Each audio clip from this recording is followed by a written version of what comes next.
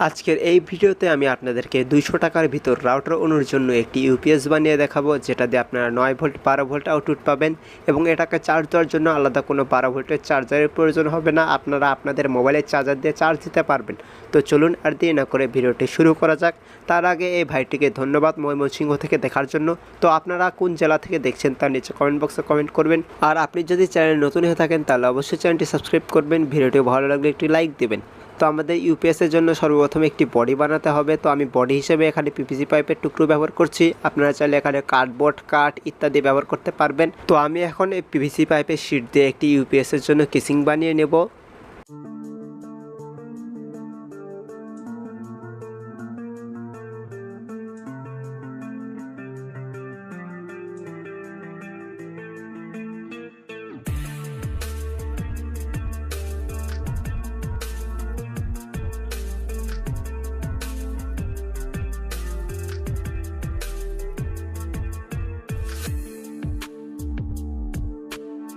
আমাদের কেসিং বানানো শেষ হয়ে গেলে এর সামনের অংশে সুইচ এবং ডিসি জ্যাকের জন্য কিছু ছিদ্র করে নেব।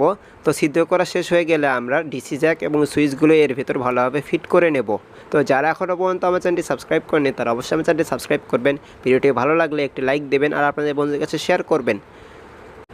আমি ব্যাটারি হিসেবে এখানে দুটি মোবাইলের ব্যাটারি ব্যবহার করব। আপনারা চাইলে এখানে 18650 লিথিয়াম আয়ন ব্যাটারি ব্যবহার করতে পারবেন। তো আমি দুটি ব্যাটারি একত্র করে প্যারালাল করে কানেকশন করে নেব।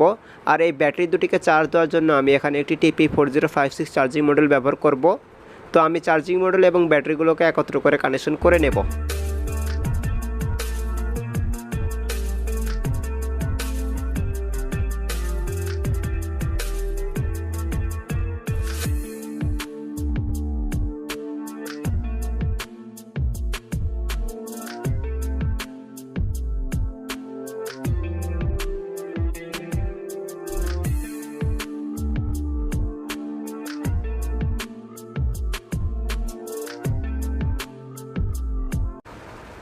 তো আমাদের 12 ভোল্ট আউটপুট পাওয়ার জন্য আমি এ ধরনের একটি বুস্টার মডেল ব্যবহার করছি। এই বুস্টার মডেল আপনারা ইলেকট্রনিক মার্কেটে 60 টাকা দিয়ে কিনতে পাবেন। এবং 9 ভোল্ট আউটপুট পাওয়ার জন্য আমি এ ধরনের একটি ছোট বুস্টার মডেল ব্যবহার করব। তো আমাদের রাউটার অনু কম এম্পিয়ার টানে, তো আমাদের এ ধরনের দুটি মডিউল হয়ে গেলেই হয়ে যাবে। তো আপনারা চাইলে একই রকম মডেল ব্যবহার করতে পারবেন। তো আমরা প্রথমে এই দুটি মডিউলে 12 ভোল্ট এবং 9 ভোল্ট সেট করে নেব। তো আমি এগুলো সেট করে নিচ্ছি। তো আমাদের ছোট মডিউলের দুটি কানেকশন রয়েছে, তার ভিতর থেকে একটি কানেকশন ডিসোল্ডারিং করে দিলে আমরা 9 ভোল্ট আউটপুট পেয়ে যাব। তো দেখতেই পাচ্ছেন 9 ভোল্ট দিচ্ছে আমাদের। এবং বড় মডিউলে আমরা পটেনশিওমিটার ঘুরিয়ে এটি আমরা 12 ভোল্টে সেট করে নেব। তো যারা এখনও পর্যন্ত আমার চ্যানেলটি সাবস্ক্রাইব করেনি তারা অবশ্যই আমার চ্যানেলটি সাবস্ক্রাইব করবেন, ভিডিওটি ভালো লাগলে একটি লাইক দেবেন। আর আপনারা আমার ভিডিও কোন এলাকা কোন জেলা থেকে দেখছেন তার নিচে কমেন্ট বক্সে কমেন্ট করবেন।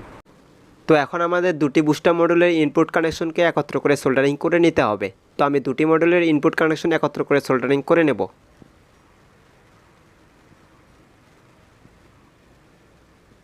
তো ইনপুট কানেকশন একত্র করে সোল্ডারিং হয়ে গেলে আমরা আউটপুটে দুটি তার সোল্ডারিং করে নেব।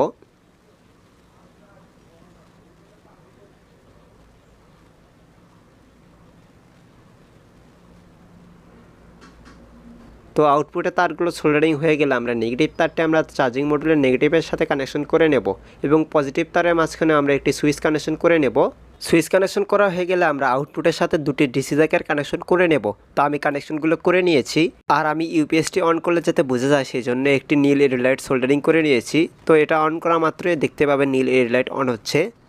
তো এখন আমরা এই সকল কিছু আমরা ইউপিএসের বক্সের ভিতর গ্লুগানে আঠার সাহায্যে আটকে নেব।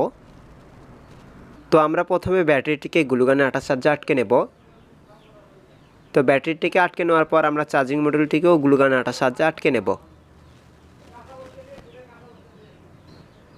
তো চার্জিং মডুল আটকানো হয়ে গেলে আমরা দুটি বুস্টার মডুলকে ভালোভাবে আটকে নেব এবং এর সামনের অংশটিকে আমরা সুপার গ্লু আঠার সাহায্যে আটকে নেব। তো এর সামনের অংশটিকে আমরা ভালোভাবে সুপার গ্লু আঠার সাহায্যে আটকে নেব।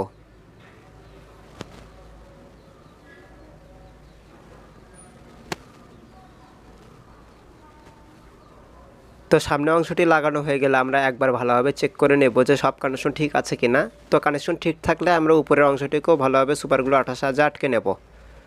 তো সর্বশেষ আমরা কোন পোর্ট কত ভোল্টের সেটা লিখে নেব, তাহলে আমাদের ইউপিএসটি তৈরি হয়ে যাবে।